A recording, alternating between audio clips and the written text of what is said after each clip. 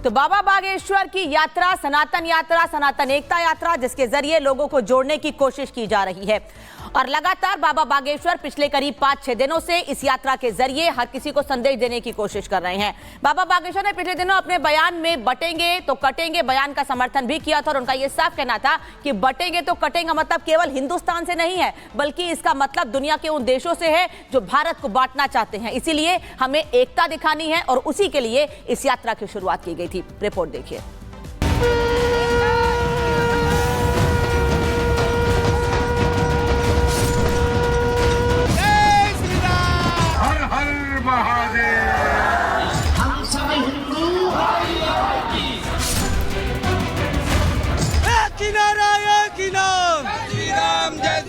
हिंदुओं जाग जाओ, अभी नहीं तो वो बंदा किस काम का है भाई, जिसके मन में राम नहीं। बाबा बागेश्वर की यात्रा का समापन, पूरा हो रहा बाबा की एकता का प्रण।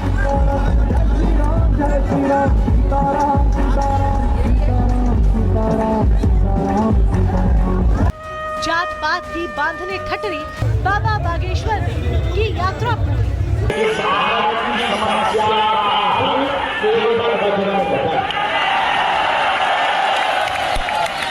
अब की बारी भगवा हिंद की तैयारी। यात्रा सामाजिक समरसता की यात्रा है, एकता के लिए यात्रा है। सनातनी सुरक्षा के मकसद से सड़कों पर उतरे भगवाधारी संत का प्रण अब अपनी पूर्णता की ओर है। हिंदू राष्ट्र की दुदुम्बे की गूंज के बीच उन्मुख आकाश में फहराते भगवा के तले सनातनियों को एक करने निकले बाबा बागेश्वर अब अपनी यात्रा के अंतिम पड़ाव पर है, जहां पर पहुंच आज वो राम राजा सरकार के दर्शन के साथ ही यात्रा का समापन करेंगे, जिसकी तैयारी पूर्ण हो चुकी है। हमारी मौजूदगी है राजा राम मंदिर के सामने ओरछा धाम में, जहां पर तैयारियां चल रही हैं। पंडित धीरेन्द्र कृष्ण शास्त्री का आगमन होने वाला है। राजा राम मंदिर में वो दर्शन करेंगे। दर्शन के बाद जो भक्त हैं, जो उनके साथ लगातार 8 दिनों तक पैदल यात्रा की है, उनको संबोधित करेंगे। और ये यात्रा की यात्रा है। विशेष तौर से ये यात्रा ने पूरा ऊर्जा भर दिया है देश में। ये जारी रहेगी और इसको लक्ष्य तक पहुंचाने के लिए हम सब अपनी भूमिका का निर्वाह। मैं सनातन धर्म में मानता हूं, लेकिन भोले बाबा का भक्त हूं। हर हर महादेव, हर हर महादेव, हर हर महादेव। कितने राजनीतिक दल एक ऐसे दल से गठबंधन करे हैं जिसका घोषणा है कि हम सनातन को समाप्त कर देंगे।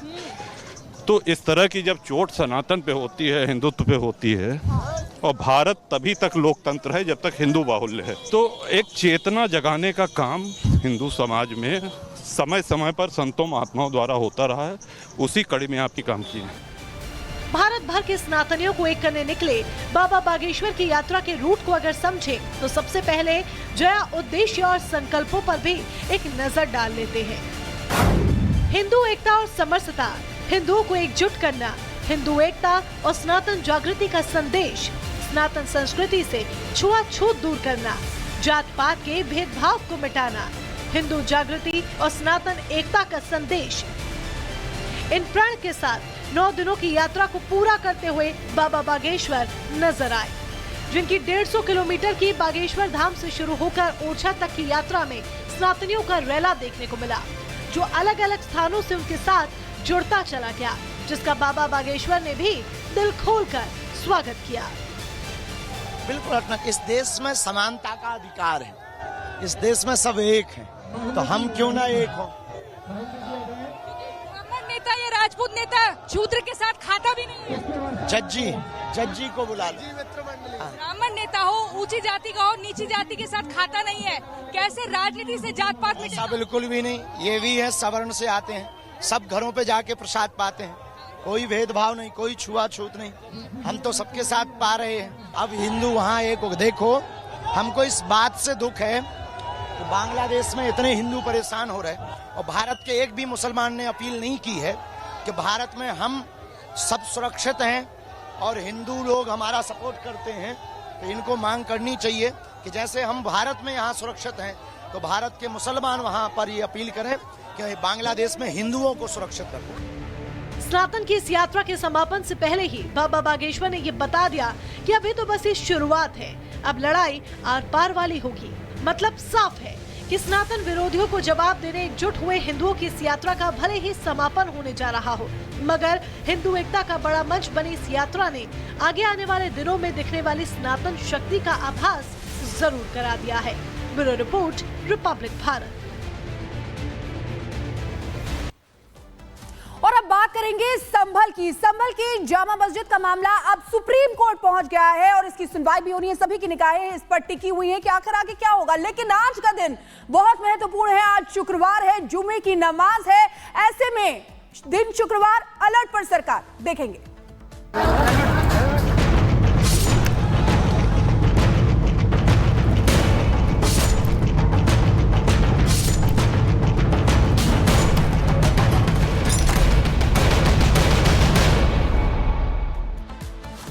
और चलिए बड़ी खबर आपको बता दें कि जामा मस्जिद सर्वे का जो मामला है अब सुप्रीम कोर्ट तक पहुंच चुका है। आज सुप्रीम सुनवाई होने वाली है। निचली अदालत ने जो आदेश दिया था सर्वे कराने का, इस आदेश को सुप्रीम कोर्ट में चुनौती दी गई है और आज इसी मामले को लेकर सुप्रीम कोर्ट में सुनवाई होने वाली है। जहां एक तरफ हिंसा के बाद आज जुमे की नमाज का पहला दिन, तो दूसरी तरफ सबकी निगाहें सुप्रीम कोर्ट पर टिकी रहेगी कि सुप्रीम कोर्ट की तरफ से आखिर आज क्या कहा जाता है। क्योंकि संभल में मस्जिद सर्वे को लेकर आज सुप्रीम कोर्ट में सुनवाई होनी है। सर्वे के खिलाफ मस्जिद कमेटी की यह याचिका है। आपको बता दें कि 19 नवंबर को निचली अदालत ने यह आदेश दिया था कि सर्वे होगा और इसके बाद उसी दिन सर्वे भी हुआ था और 24 नवंबर को दूसरे दिन का सर्वे हुआ था। उस दौरान हंगामा। अब ये तस्वीरें आपको दिखा रहे हैं। संभल में सुरक्षा सख्त कर दी गई है क्योंकि आज हिंसा के बाद जुमे की नमाज का पहला दिन। मस्जिद कमेटी ने याचिका लगाई है सुप्रीम कोर्ट में, यानी कि अब जो ये पूरा मामला है देश की सबसे बड़ी अदालत तक पहुंच चुका है। सर्वे रिपोर्ट आज पेश होगा, यानी कि आज सर्वे रिपोर्ट भी पेश किया जाना है। कुल मिलाकर आज दिन भर इस पूरे मामले को लेकर हलचल देखने को मिलने वाली है। तो संभल का मामला अब देश की सबसे बड़ी कोर्ट में पहुंच चुका है और आज इस मामले में सुप्रीम कोर्ट में सुनवाई भी होनी है। वहीं दूसरी ओर जैसे कि हमने पहले भी बताया कि आज रिपोर्ट भी पेश की जानी है। इसके चलते कोर्ट परिसर और उस इलाके को छावनी में तब्दील कर दिया गया है जिससे कि कहीं हालात कुछ ना बिगड़े। वहीं दूसरी ओर आज जुमे की नमाज है, इसको देखते हुए भी संभल के जामा मस्जिद में सुरक्षा के इंतजाम कड़े किए गए हैं। रिपोर्ट देखिए।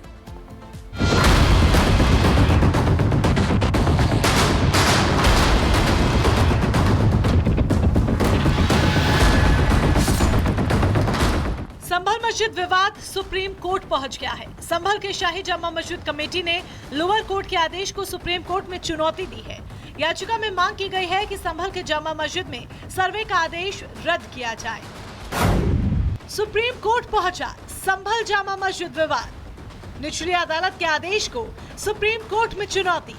सर्वे का फैसला तुरंत निरस्त करने की मांग। सीजेआई की बेंच आज करेगी सुनवाई। जामा मस्जिद कमेटी ने सुप्रीम कोर्ट के सीजेआई संजीव खन्ना से ये मांग की है कि ये मामला असाधारण है, इसलिए कोर्ट सर्वे पर फौरन रोक लगाते हुए मामले की सुनवाई करे। दूसरी तरफ हिंसा के बाद आज पहले जुमे की नमाज को देखते हुए संभल में सुरक्षा के पुख्ता इंतजाम है। प्रशासन की तरफ से संभल में शांति व्यवस्था बनाए रखने के लिए एडवाइजरी जारी की गई और मस्जिद के आसपास चप्पे चप्पे पर पुलिस के जवानों की तैनाती। उपद्रवियों को संदेश देने के लिए संभल पुलिस ने बीती देर रात फ्लैग मार्च भी निकाला, जबकि ड्रोन से पूरे इलाके पर कड़ी नजर रखी जा रही है। वहीं संभल मस्जिद विवाद के सुप्रीम कोर्ट पहुंचने के बाद आज सर्वे टीम संभल जिला कोर्ट में जामा मस्जिद की सर्वे रिपोर्ट भी पेश करने वाली है। इसे लेकर भी मुस्लिम पक्ष बेचैन है। मुस्लिम पक्ष का आरोप है कि संभल में 24 नवंबर को हुई हिंसा के पीछे पुलिस का रोल संदिग्ध है। मामले में इलाहाबाद हाई कोर्ट में एक जनहित याचिका भी दायर की गई। याचिका में मांग की गई है कि 24 नवंबर को हुई हिंसा और पुलिस के रवैये की जांच एसआईटी से कराई जाए, जिसकी अध्यक्षता इलाहाबाद हाई कोर्ट के रिटायर्ड जज करे। कुल मिलाकर संभल में हुई हिंसा को लेकर आज यूपी से लेकर दिल्ली तक हलचल है। यूपी सरकार ने भी मामले में सुप्रीम कोर्ट की सुनवाई से पहले एक न्यायिक आयोग का गठन कर दिया है, जिसकी अध्यक्षता हाई कोर्ट के रिटायर्ड जज डीके अरोड़ा करेंगे। बहरहाल आज संभल को लेकर हलचल तेज है। उम्मीद जताई जा रही है कि यूपी से लेकर दिल्ली तक आज ये मामला सुर्खियों में रहेगा। Bureau report, Republic Bharat. और इसी मामले पर अब रामगोपाल यादव की प्रतिक्रिया सामने आई है। वो क्या कह रहे हैं ये भी आपको बता देते हैं। उनका कहना है कि संभल में आतंक पैदा किया जा रहा है, जो अधिकारी वहां पर है उनको हटाया जाए, ये भी मांग कर रहे हैं। उनका कहना है कि अधिकारी जब तक नहीं हटेंगे तब तक सच सच सामने नहीं आएगा। राम गोपाल यादव की तरफ से ये कहा जा रहा है कि संभल में आतंक पैदा किया जा रहा है, संभल के अधिकारियों को हटाना चाहिए। जब तक अधिकारी नहीं हटेंगे सच सामने नहीं आएगा। जांच कमेटी के जाने से पहले अधिकारियों को हटाया जाए। तो ये बड़ी खबर आपको बता रहे हैं। देखिए, संभल में जो हुआ वो सभी ने देखा था, लेकिन अब राम गोपाल यादव की प्रतिक्रिया सामने आई है। आइए सुनते हैं। संभल में इतना आतंक पैदा किया जा रहा है अधिकारियों द्वारा, अगर मौजूदा अधिकारियों का वहाँ से ट्रांसफ़र कर दिया जाए, फिर कमेटी आएगी तो सही बात सामने आएगी। और जब तक ये अधिकारी हैं तब तक कोई सही बात आई नहीं। घर से ही नहीं निकलेंगे लोग, बयान देने के लिए नहीं निकलेंगे। जो निकलेंगे उनकी पहले इतना धमका दिया जाएगा कि तुम्हें क्या क्या करना होगा उनका। इसलिए बेहतर ये है कि कमेटी जाने से पहले डीएम, एसपी और सीओ जो जिम्मेदार हैं गोली चलाने के लिए, और अन्य अधिकारी वहाँ से हटा दिए जाएं। तो एक तरफ इस पूरे मामले को लेकर सियासत जबरदस्त तरीके से देखने को मिल रही है, लेकिन दूसरी तरफ आपको बता दें कि हिंसा के बाद आज जुमे की नमाज का पहला दिन, ऐसे में संभल में सुरक्षा कड़ी कर दी गई है। चप्पे चप्पे पर पुलिस बल की तैनाती नजर आ रही है। तो जुमे की नमाज को लेकर संभल में जबरदस्त तरीके से सुरक्षा, और मस्जिद की गेट पर मेटल डिटेक्टर लगाया गया है। 15 कंपनी पीएसी की तैनात की गई है। इसके अलावा